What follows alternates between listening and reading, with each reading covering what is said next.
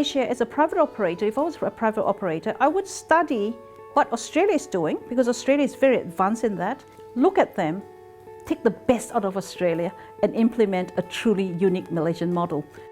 We need to take into consideration some cultural practices and cultural differences in our attitudes towards our elderly people, and adopt what is best out of them, but also implement what we understand as family in Malaysia. And I think if we are able to do that, we'll have a top-class aged care system in Malaysia.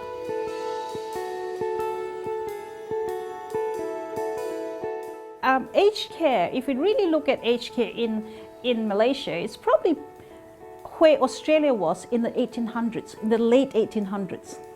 When you are in a nursing home, you are there because there's no family to care for you, and most of them are poor and destitute elderly, and most of the aged care homes here are run by charities. There's no structure for legislations, there's no funding systems, because in Australia it wasn't until the 1950s that this government stepped in to regulate the aged care industry to fund the care of residents. In Australia, the government subsidised aged care, the care component and the operations component, up to the tune of 85%. So if you look at where you are in Malaysia, you haven't got into the 1950s or the 1960s yet.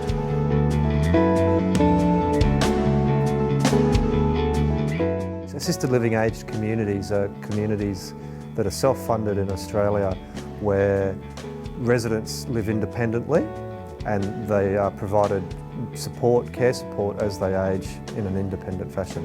So the assisted living community is an environment that provides an alternative to the traditional nursing home. Nursing homes that tend to be modelled on hospitals, quite unfriendly environments. We all get scared about sending our parents there. So the assisted living community is modelled more around independent living units, and they tend to be located around what we call almost a hotel. So this hotel is a place of meeting and gathering, and all the services of the facility are delivered from this hotel space. These residences are designed in such a way that they can facilitate a person's needs as they grow older. We need to consider things about falls, about a lack of steps or surfaces where they can trip, easy access around bathrooms, but at the same time they live in what is more of a traditional home, and then nursing support or care support can be provided. So as a person gets more older, more frail, they need help maybe changing their clothes, maybe eating, washing. That support can be provided as it would in a more nursing home, but in the resident's home.